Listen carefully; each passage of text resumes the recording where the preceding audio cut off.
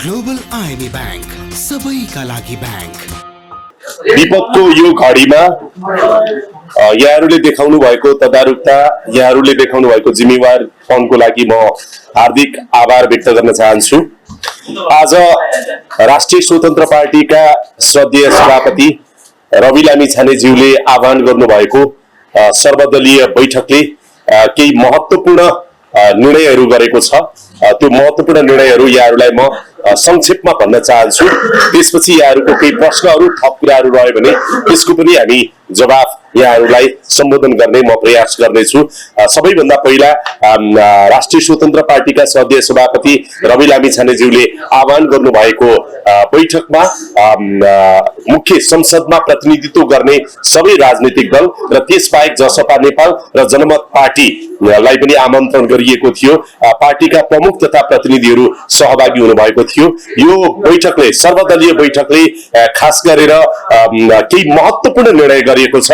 त्यो महत्त्वपूर्ण निर्णयहरू भनेको के हो भने, विपदको यो घडीमा नेपालमा रहेका सबै राजनीतिक दलहरू चाहिँ सरकारलाई सहयोग गर्न हामी तयार छौं, सरकारसँग सहकार्य गर्न तयार छौं र सरकारलाई हाम्रो साथ छ र विपदमा राष्ट्रिय र राजनीतिक एकता जरुरी छ, जसको लागि सबै राजनीतिक दलहरू चाहिँ सहमत हुनुभएको बेहोरा म यहाँहरूलाई नम्र निवेदन गर्न चाहन्छु। त्यस्तै गरेर यो विपदको सन्दर्भमा यो खोजी, उद्धार, राहत, पुनर्स्थापना र पुनर्निर्माणसम्मको लागि सरकारलाई सहयोग गर्नको लागि चाहिँ सबै राजनीतिक दलहरू सहमत भएर त्यसको लागि एउटा राजनीतिक संयन्त्र, खास गरेर संसदीय संयन्त्र समिति निर्माण गर्ने कुराहरूमा एकमत भएको छ।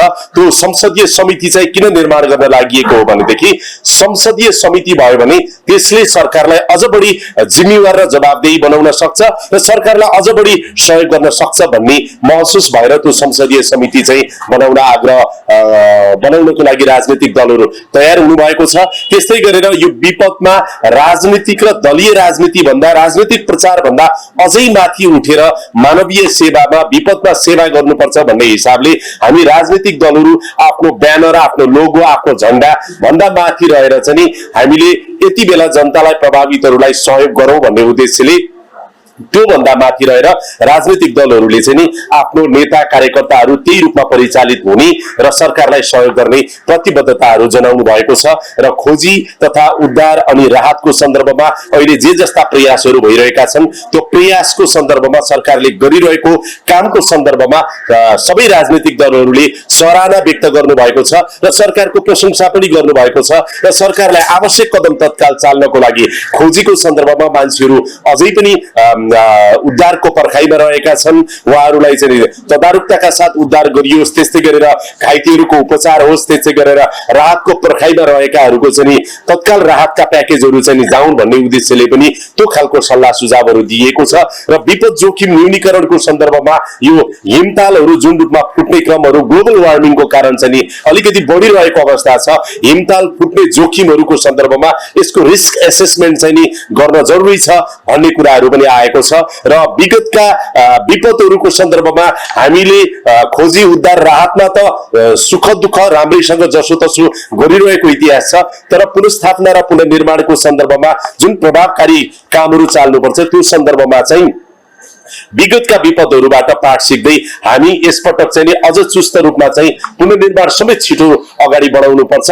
त्यसको लागि यो सर्वदलीय संयन्त्रले काम गर्नुपर्छ भन्ने कुराहरू रहेको छ र यही बीचमा पार्टीका श्रद्धेय सभापति रवि लामिछानेले यो ऐक्यबद्धता देखाएको प्रति सबै राजनीतिक दल र शीर्ष नेताहरूलाई धन्यवाद दिनुभएको छ र यो बैठक चाहिँ सम्पन्न भएको छ। 10 बुँदे निर्णय सारांशमा मैले यहाँहरूलाई सुनाए। यसमा खास गरेर राहत कार्यको गैर राजनीतिकरणको कुरा, आर्थिक संकलनमा सरकारी एकद्वार प्रणालीको कुरा, त्यस्तै गरेर अर्को सामाजिक सञ्जालको विवेकसम्मत प्रयोग र संवेदनशील सूचना प्रवाह गर्नुपर्छ भन्ने कुरा, हिमतालहरूको अघि नै मैले भने वैज्ञानिक अध्ययन र सीमापार संयुक्त पहलका कुराहरू, विपद कूटनीति र पूर्व सूचना प्रणाली देशभरि नै चाहिँ यो अलिकति देशका सम्पूर्ण मुख्य नदीहरू र केही शाखा नदीहरूमा नि गर्नुपर्छ भन्ने कुराहरू आएको छ।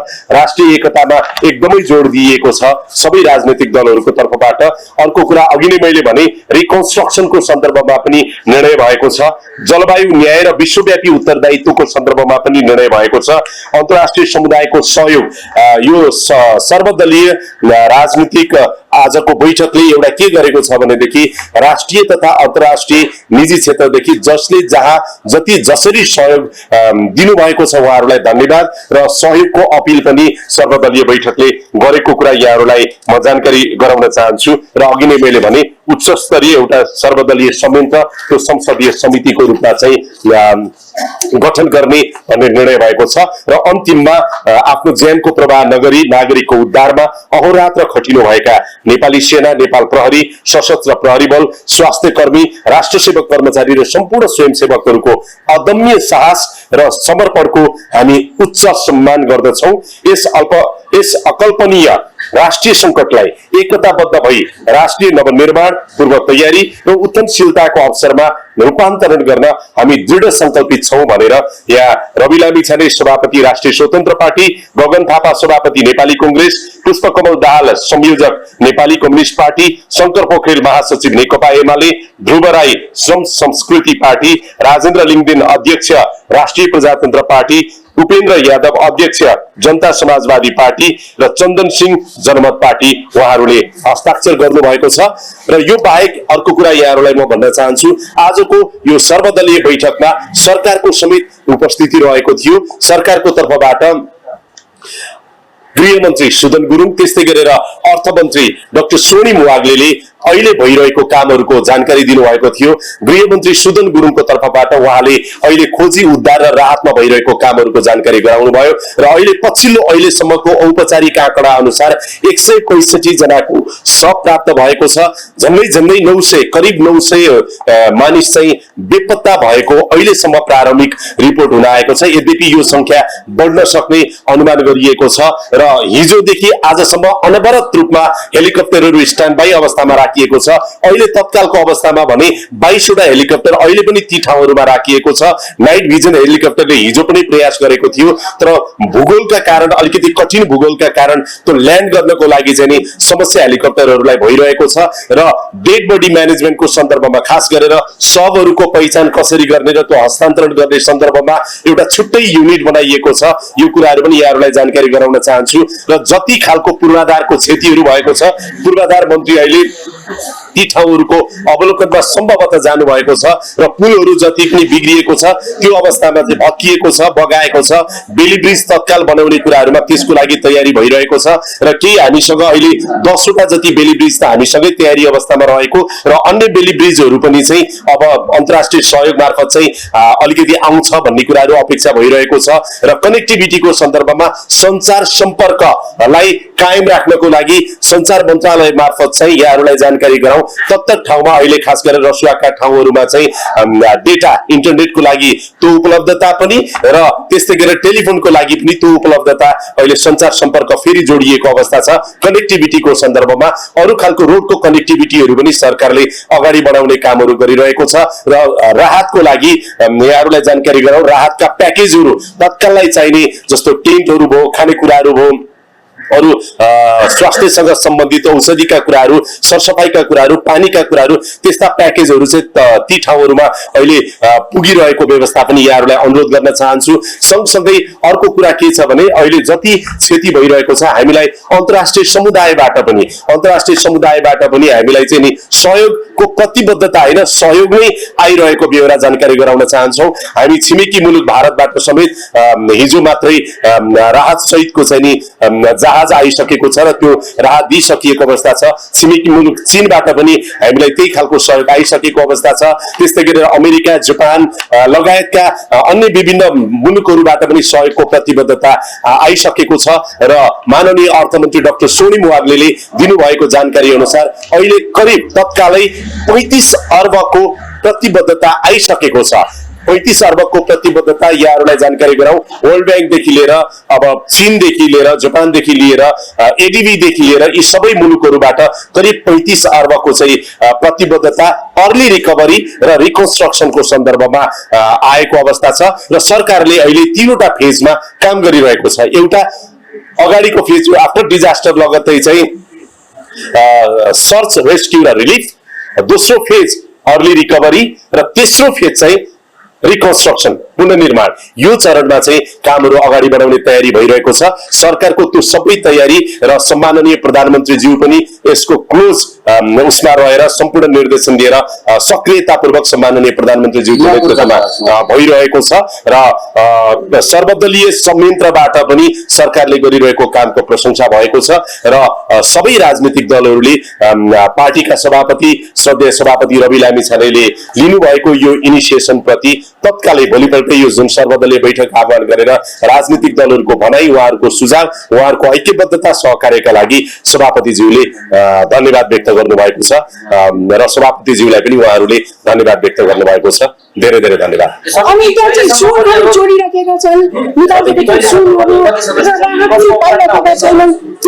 अब समिति चाहिँ यो संसदीय समिति बनाउनु पर्छ। संसदीय समिति बनाउनको लागि त्यो प्रक्रिया अब आरम्भ हुन्छ। अब सबै दलबीच संसदीय समिति बनाएर अगाडि बढ्ने, जसले अघि नै मैले भने यसलाई सरकारलाई, राजनीतिक दललाई एउटा कानुनी तवरबाटै, संवैधानिक तवरबाटै जवाबदेही जिम्मेवार बनाउन पनि मद्दत गर्छ र सहयोग गर्न पनि मद्दत गर्छ। हामीले विगतका दिनमा यो खोजी, उद्धार, राहत, पुनर्स्थापना र पुनर्निर्माणको कुरा हेरिराख्दाखेरि सरकार एक्लैले गर्न सक्दैन भन्ने कुरा महसुस गरिसकेका छौँ। त्यसैले समग्र राज्यकै संलग्नता, सबैको संलग्नतामा गर्ने भएकोले यसलाई संसदीय समिति मार्फत, उच्च स्तरीय संसदीय समिति मार्फत अगाडि बढाउने भन्ने छ। अब आज यो निर्णय भएको छ। यो निर्णय भए पछाडि त्यो प्रक्रिया लगत्तै अगाडि बढ्छ। पर्याप्त छ कि छैन, कतै विदेशबाट मगाउनु पर्ने हो कि सबै ठाउँमा पुग्न सकिएको छ कि छैन? गृहमन्त्रीले केही ब्रिफिङ गर्नु भएको छ उद्धारमा सकस यात्राहरू केही अप्ठ्यारो स्थिति भइरहेको भनेर? होइन, पक्कै पनि अब जस्तो हामी सीमित स्रोत साधनका बावजुद हाम्रो सुरक्षा निकायले, हाम्रा स्वयंसेवकहरूले उहाँहरूले देखाउनु भएको साहसप्रति, उहाँहरूले देखाउनु भएको तदारुकताप्रति, उहाँहरूले देखाउनु भएको देश र जनताको समर्पणप्रति त हामी सबै कृतज्ञ हुनुपर्छ। नेपाली सेना, नेपाल प्रहरी, सशस्त्र प्रहरी र जति पनि स्वयंसेवी संस्थाहरू, व्यक्तिहरू, स्वयंसेवकहरू र स्थानीय प्रशासन, स्थानीय सरकार र समुदायले जुन रूपमा उहाँहरूले सीमित स्रोत साधनका बावजुद मेहनत गरिराख्नु भएको छ, यसको हामी उच्च प्रशंसा गर्न चाहन्छौँ। यद्यपि अब केही कुराहरू के छ भने बाढी आएको छ, बाढी आइसकेपछि त्यो जुन लेदो दलदल हुन्छ, अब त्यसभित्र के कस्तो अवस्था, अहिले पनि जीवित रहने सम्भावना कति छ? विगतमा भुइँचालो गएको अवस्थामा 3 दिन, 4 दिन, 5 दिन, 7 दिनसम्म पनि मान्छे जीवित रहेको अवस्था भनेपछि केही कुराहरू तपाईँले भनेको जस्तो उपकरणहरूको सीमितताका कारण अप्ठ्यारो हुन त सक्छ, तर अहिलेसम्म चाहिँ त्यस्तो मतलब उहाँहरू लागिराख्नु भएको छ। अब यो चाहिँ अहिले फेरि थप उहाँहरूले चाहिँ रेस्क्यु गर्ने क्रममा त्यस्तो केही कुराहरू आयो र नेपालबाट नसकिने भयो, अझै सम्भावना छ भने हामीले राष्ट्रिय अन्तर्राष्ट्रिय रूपमा सहयोगको लागि अपिल गरि पनि सकेका छौँ र थप गर्नु पर्यो भने सम्भवतः सरकारले गर्छ, त्यसमा राजनीतिक दलहरूले सहयोग गर्ने कुरा रहन्छ। होइन, सभापतिज्यूले त हिजो नै संसद बैठकमा भनिसक्नु भएको छ, हामीले यस्तो दुःखद घडीमा, यस्तो आपतको बेलामा यसलाई डिजास्टर टुरिज्म चाहिँ बनाउनु हुँदैन है। यो हामीले अरूको बोझ, प्रभावितहरूको चाहिँ जिम्मेवारी लिनुपर्नेमा हामी आफै चाहिँ उच्च अहोदाका व्यक्ति नचाहिदो रूपमा चाहिँ गयौँ भनेदेखि त्यहाँको स्थानीय प्रशासनलाई, सुरक्षाकर्मीलाई हामी नै बोझ बन्न सक्छौँ। बोझ बन्ने अवस्था चाहिँ सृजना गर्नु हुँदैन। त्यसैले राज्यका संयन्त्रले गरिरहेको काममा हामीले सघाउनु पर्छ। आवश्यकता बमोजिम अति आवश्यक व्यक्ति, संस्था, प्रतिनिधि हामी सबै जानुपर्छ। भोलि आवश्यक परेको अवस्थामा सभापतिज्यू नै जानुपर्ने भयो, अरू सांसदहरू जानुपर्ने भयो, पार्टीका नेता जानुपर्ने भयो भने पनि हामी के हो भने प्रभावित क्षेत्रमा ती व्यक्तिहरू बोझ नबन्ने गरेर सहज हुने हिसाबमा जाने कुराको निर्णय हुन्छ। आजै अहिले जानुपर्छ भन्ने अवस्था त्यो छैन। आवश्यकता परेको अवस्थामा, जरुरत भएको अवस्थामा सभापतिज्यू जानुहुन्छ र भौतिक रूपमा त्यहाँ सशरीर जानु नजानु एउटा कुरा हो, तर पार्टीका श्रद्धेय सभापतिज्यूको सम्पूर्ण ध्यान अहिले यही भोटेकोशी बाढीको खोजी, उद्धार, राहत, पुनर्स्थापना, पुनर्निर्माणमा 24 घण्टा उहाँको सम्पूर्ण ध्यान यसैमा केन्द्रित भएको बेहोरा यहाँहरूलाई म निवेदन गर्न चाहन्छु। हस् हस्, धेरै धन्यवाद। हस्,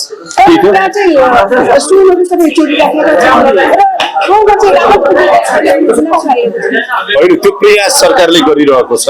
अब त्यो चाहिँ सुन चोरी भयो, सामान चोरी भयो, होइन, यसमा यस्तो छ कि अब जस्तो नदीले सब बगाइरहेको छ, होइन, नदीले सब बगाइरहेको छ, सब किनारामा लागिरहेको छ, देश नै शोकमा डुबेको अवस्था छ। अनि त्यो मृत सबबाट कसैले सुन चाहिँ नि झिकेर ल्याएर खल्तीमा राखेर घर गयो भने हामी आफैले सोच्नु पर्यो हाम्रो नेपाली समाज कहाँ गइरहेको छ, कसले के भन्ने के गर्ने भन्नुहोस् न। हामी देशै शोकमा छौँ, तपाईँ हामी यस्तो शोकमा छौँ। मरेको सबबाट, बगाएको सबबाट कसैले सुन चोर्छ।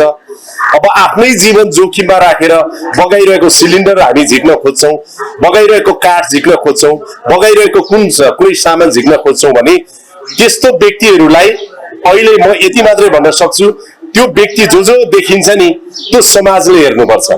त्यसैले म समाजलाई पनि एउटा कुरा के भन्न चाहन्छु भने हामी सबै संवेदनहीनता त्यागौं र संवेदनशील बनौं, एकले अर्कालाई सहयोग गरौं र सम्पूर्ण मिडियाका साथीहरू मार्फत म फेरि पनि एकचोटि आग्रह गर्न चाहन्छु, फेक न्यूजहरू कृपया नहालौं र त्यस्ता विभत्स दृश्यहरू पनि सञ्चार माध्यम मार्फत नदेखाउँ। यसले समाजलाई अझै बढी चाहिँ चिन्तित बनाउँछ, पीडित बनाउँछ।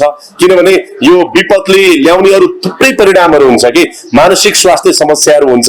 हामीले विक्षिप्त सबहरू देखायौं भनेदेखि सम्बन्धित परिवार, सम्बन्धित समाजलाई साह्रै ठुलो असर गर्छ।